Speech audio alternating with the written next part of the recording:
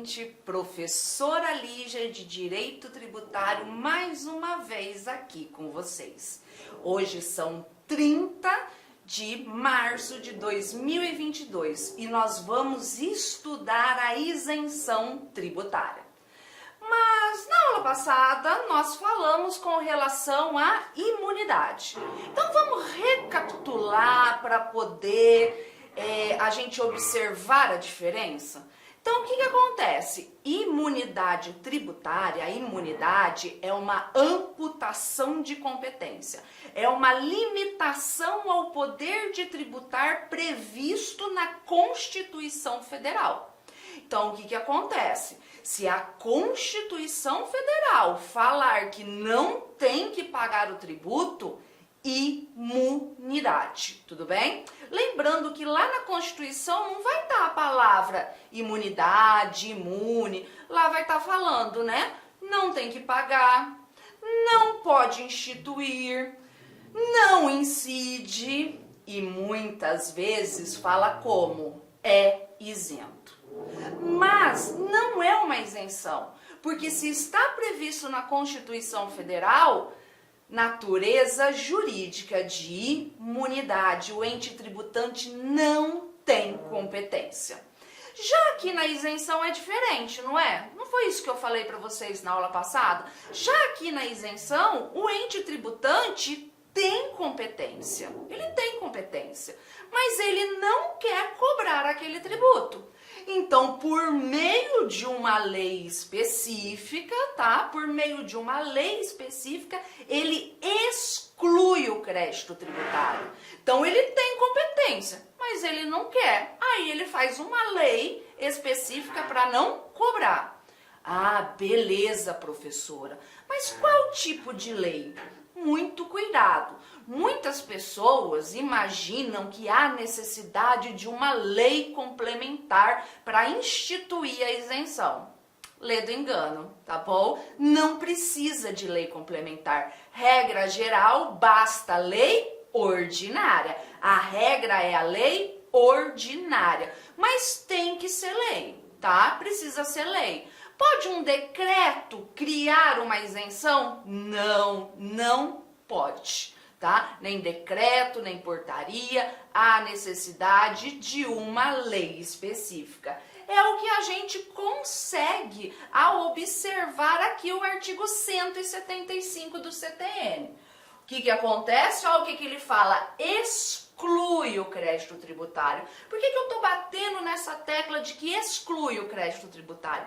Porque as provas de concurso gostam muito de observar se vocês sabem quais são os institutos que suspendem a exigibilidade do crédito tributário, lá do artigo 151 do CTN, que extingue o crédito tributário, lá do 156 do CTN, ou que exclui o crédito tributário, artigo 175 do CTN.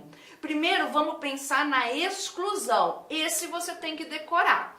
Os outros você vai pela lógica, tá? Os outros você vai pela lógica, conforme no momento adequado eu vou ensinar para vocês. O que acontece? Excluem o crédito tributário, isenção e anistia, tá certo? A isenção e a anistia. Beleza, tá aqui a necessidade de uma lei, belezinha, uma lei específica. Olha o que está falando a Constituição Federal, né? Lei específica. Olha o que fala o CTN, sempre decorrente de lei, dispensa legal do pagamento do tributo, que vem por meio da lei. Já a imunidade é uma dispensa constitucional do pagamento do tributo. Por quê? Porque é a Constituição que determina isso. Outra situação que a gente tem que ter em mente é com relação à obrigação acessória, tá? A gente vai ter aula só sobre obrigação tributária, mas a coisa que a gente tem que primeiramente ter em mente é o seguinte: eu tenho a obrigação principal, que tem relação à obrigação de dar do direito civil, dar o quê? Dinheiro, pagar o tributo. Já, por sua vez, a obrigação acessória, ela é para auxiliar a fiscalização e arrecadação dessa obrigação principal. É uma obrigação de fazer. Emitir uma nota fiscal, fazer a declaração de imposto de renda, obrigação acessória, obrigação de fazer ou não fazer. Lá no direito civil, lá no direito privado, a gente tem a seguinte máxima, né? A seguinte máxima, que o acessório segue a sorte do principal. A obrigação acessória segue a sorte da obrigação principal. Contudo, aqui no direito tributário é diferente. Aqui no direito tributário, a obrigação acessória não segue a sorte da obrigação principal. Ou seja, mesmo que você seja isento de um imposto, por exemplo, você automaticamente é isento de cumprir a obrigação acessória? Não, gente, não é. Precisa ter uma lei retirando a exigência dessa obrigação acessória. Quer ver um exemplo? Antigamente, tá? Até, salvo engano, 2007, então isso no início do século, né? Lá em 2007, até 2007, mesmo que eu fosse isenta de imposto de renda, eu tinha que fazer a declaração de isento. Será que tem alguém aí que lembra, né? Que a gente tinha que ir no correio, pegar um papelzinho, declarar que era isento de imposto de renda, fazer essa declaraçãozinha, né? Se não fizesse isso, levava uma multa, ela era pequenininha, mas ferrava com o nosso CPF. Então, tá vendo? Eu era isenta de imposto de renda. Eu não tinha que pagar o imposto de renda, mas mesmo assim eu tinha que fazer uma declaração.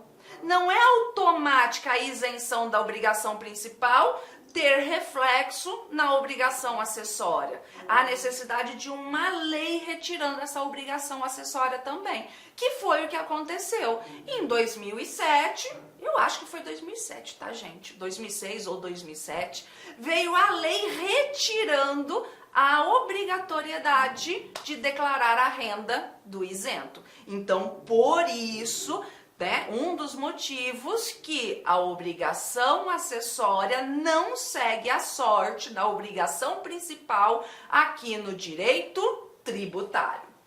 Então, beleza, tá aqui dispensa legal do pagamento do tributo.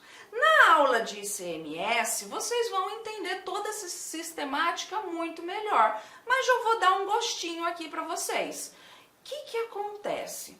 Quem tem competência para instituir uma isenção?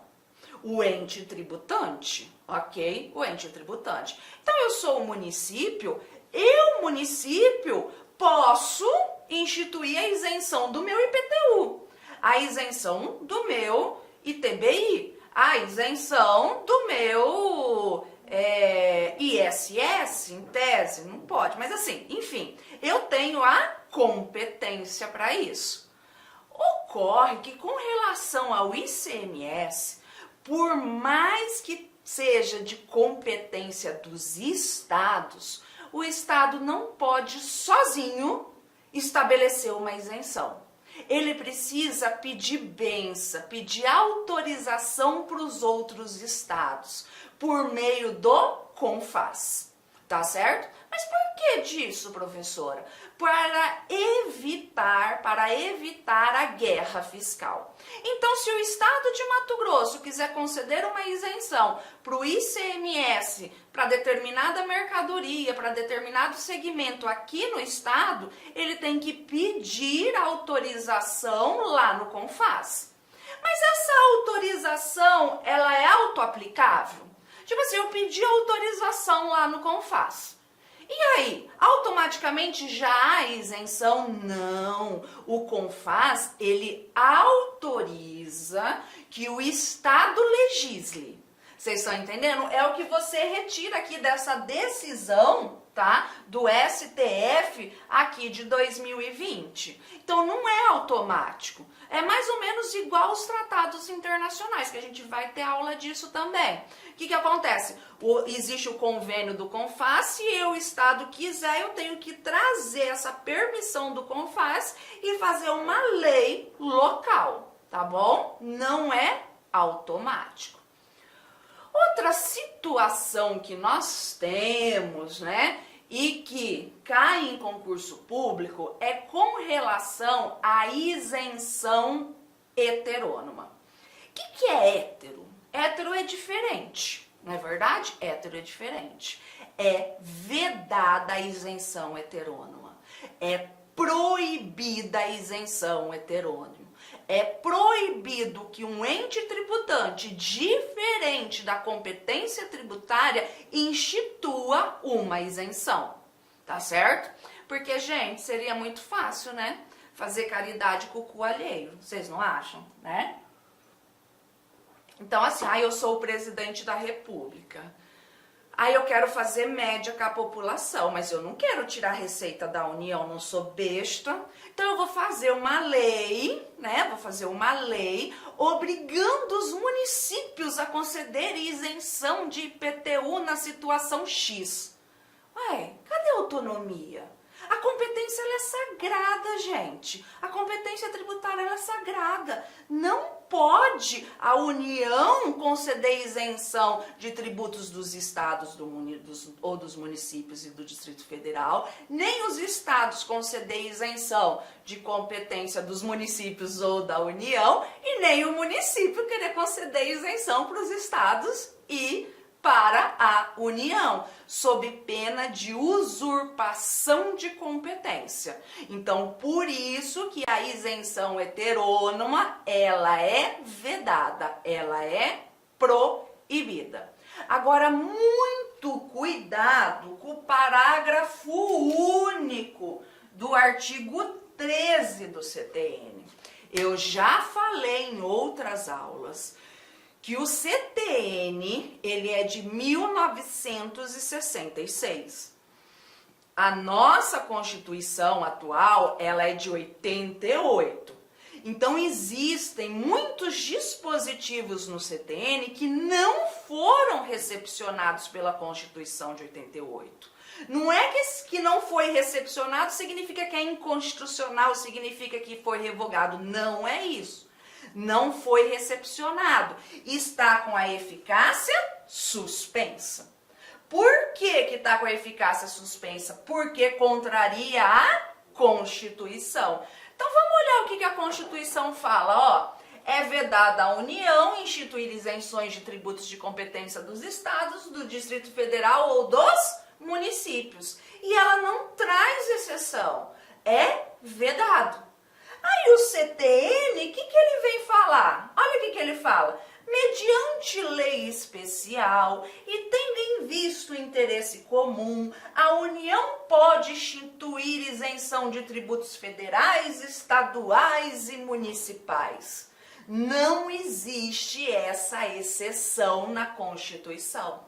Por isso que a eficácia do parágrafo único do artigo 13 do CTN está suspensa. A eficácia está suspensa. Vamos olhar aqui para a súmula 178 do STJ? O INSS, que é uma autarquia federal, não goza de isenção de pagamento das custas e emolumentos nas ações acidentárias e benefícios propostos na Justiça Estadual. Por quê? A quem compete as custas que têm natureza de taxa na Justiça Estadual? Ao Estado. Então, a União não pode fazer uma lei trazendo isenção desse tributo taxa para ela, não é verdade? Quem pode isentar o INSS é a lei do Estado e não da União, sob pena de usurpação de competência. Tá lá. O que eu falei para vocês na aula de imunidade? Eu falei para vocês o seguinte, que é muito importante, uma das coisas que gera essa importância conseguir observar se a natureza jurídica daquela ausência de pagamento é de imunidade ou de isenção, em razão da interpretação, beleza? O que acontece? Lembram, na aula passada, muitas vezes o STF ele fez o quê? Ampliou o alcance da norma imunizante, ampliou, não ampliou? Lá tá, templos de qualquer culto. Não é só o templo, né? É a religião. Então você tá vendo que amplia? Agora, aqui na isenção é diferente. Aqui na isenção e principalmente pro concurso de vocês, tá? Principalmente pro concurso de vocês, que é para fiscal, pró-fisco, tá? Então, o que acontece? Aqui sim que a gente não adianta a gente entrar em debates. Você vai ser pró-fisco. Então, a interpretação, ela é fechada, ela é restritiva, ela é literal, ela é gramatical, tá? Olha o que fala o 177 e o 111 do CTN. Salvo disposição em lei em contrária, a isenção não é extensiva às taxas, às contribuições de melhorias e para tributos posteriormente instituídos. Lógico, gente, porque eu sou um município, eu faço uma lei para trazer a isenção do IPTU.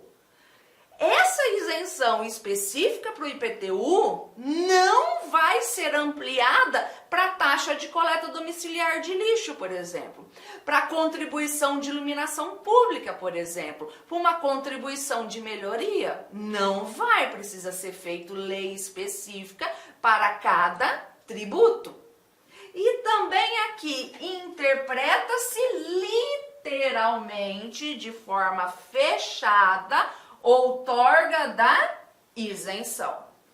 Professora, eu não consegui entender muito bem o que é essa interpretação fechada, essa interpretação literal. Então vamos para o exemplo. O exemplo mais comum é com relação ao imposto de renda, tá?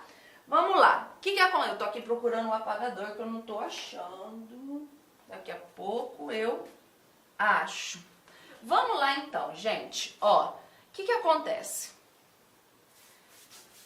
O que a lei do imposto de renda fala e que muita gente gera dúvida com relação a isso?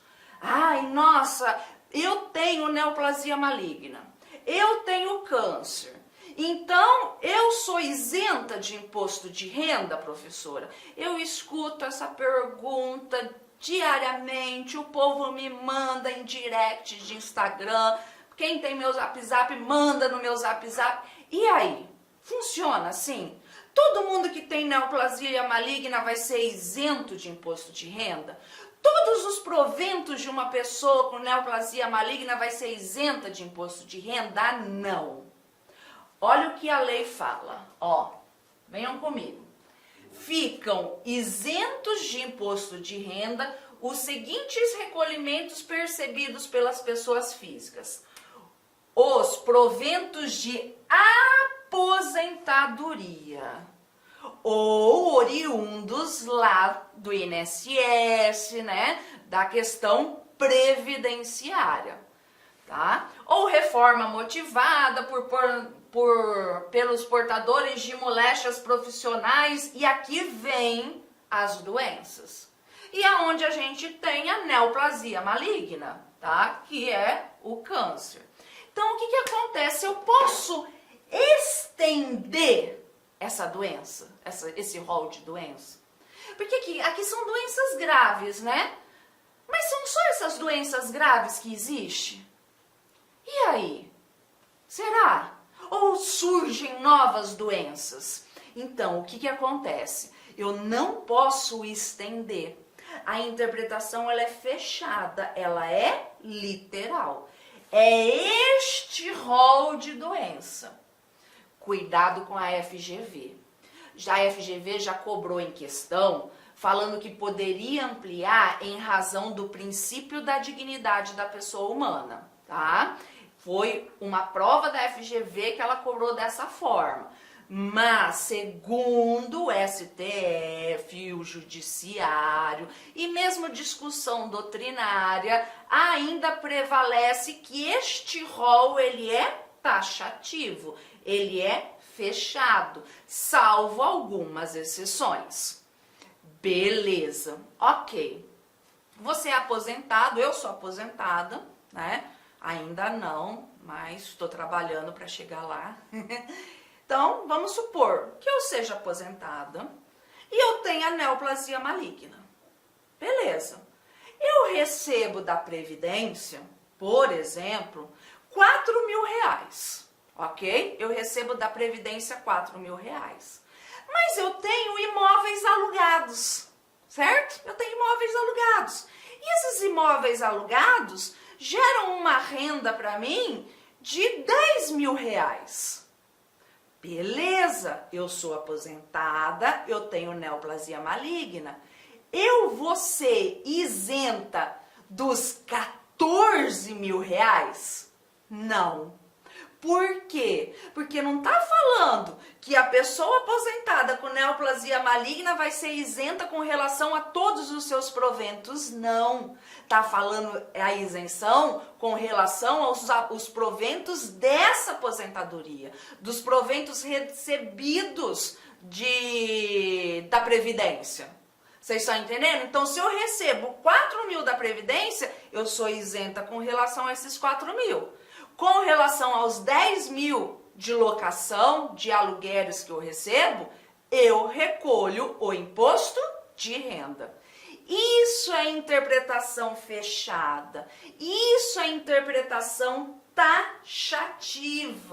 Tá bom, gente? Certo? Aí teve uma mudança da lei, né? Que estendeu para também a isenção de visão monocular. Tudo bem? Então, nós ampliamos. Então, você tem uma deficiência visual. Precisa ser dos 2 olhos? Não.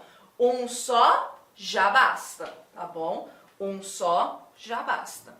E aí, o STF, em 2000, né? Supremo estende a deficientes auditivos o direito à isenção de IPI na aquisição de automóveis. Isso, gente, é uma decisão esparsa. Aqui ampliou em razão do princípio da dignidade da pessoa humana, em razão do princípio da igualdade, ampliou. Mas isso daqui é uma decisão esparsa, tá? Não é pacífico isso ainda.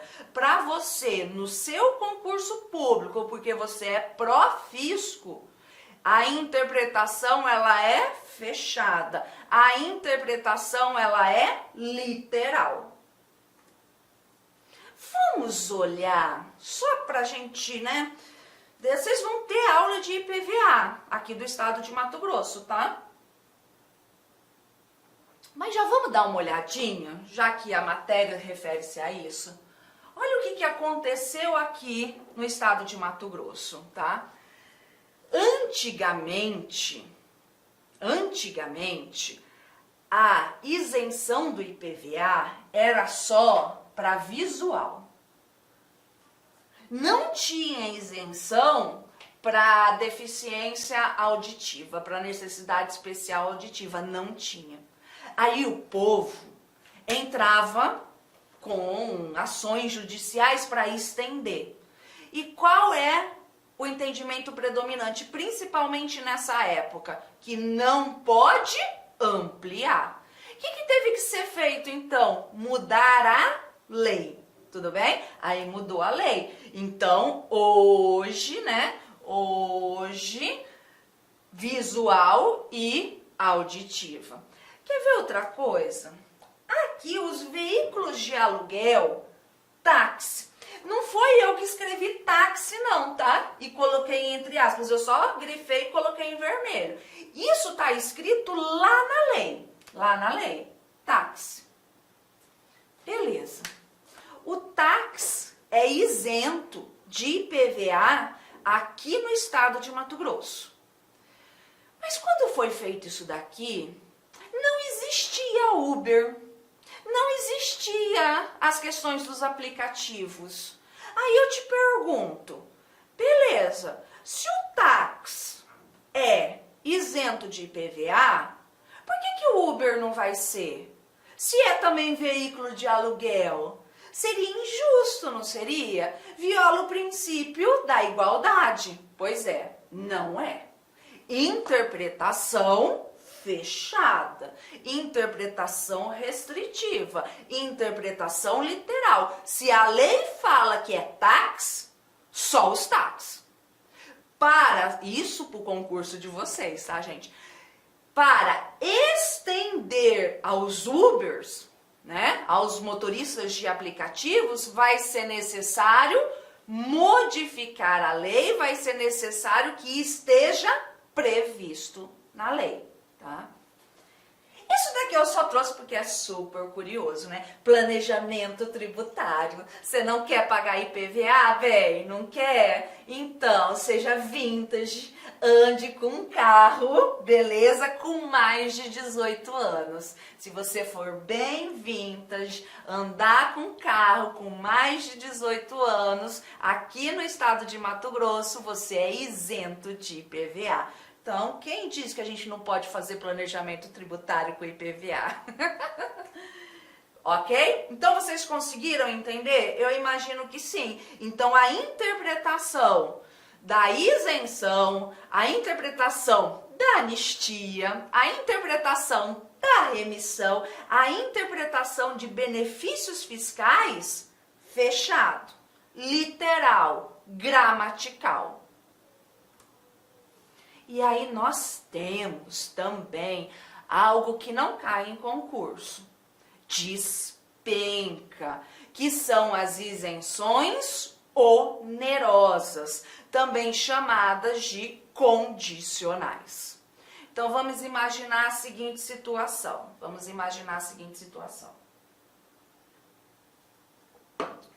Primeiro a gente tem que pensar numa isenção gratuita. Não onerosa, não condicional. Então tá lá, eu ganho R$1.000 por mês. Eu sou isenta de imposto de renda. Tem alguma condição? A condição, gente, é assim, condição é na ideia de encargo. Tem algum encargo em prol da coletividade que eu tenha que ter, que eu tenha que realizar para conseguir essa isenção? Não, ela é gratuita, beleza? Ou seja, se ela é gratuita, se eu não tenho esse... Olá, meus amigos, minhas amigas, eu sou o professor Lac e inicialmente eu quero pedir licenças, pois interrompi os seus estudos. Mas essa videoaula é uma videoaula demonstrativa do nosso querido site Lac Concursos, para você conhecer a nossa metodologia, conhecer os nossos mestres, para você se inteirar mais sobre o nosso produto. Eu sou o professor Lac, especialista em concursos públicos, já fui aprovado apenas em 2022 em 9 concursos públicos, estou aqui para te ajudar. Inclusive, um desses concursos que eu fui aprovado foi exatamente esse concurso de fiscal de tributos do município de Poconé, que ocorreu, salvo engano, em maio de 2022. Eu fui aprovado em segundo lugar, não tomei posse, não preencheu quantidade de vagas, aí teve bastante inscrito no concurso, e agora realizar outro concurso. Mas galera, é o seguinte, você quer passar no concurso, mas passar de verdade, sem auto-engano, venha, faça o nosso curso, se matricule, cumpra as nossas orientações pedagógicas, que eu tenho certeza absoluta que você vai ser aprovado. Aliás, eu não posso falar isso, mas eu tenho certeza que você vai fazer uma excelente prova, vai ser um divisor de águas, tudo bem? Então vem comigo, vem estudar comigo, professor Lac. Forte abraço, fique com Deus. Tchau, tchau.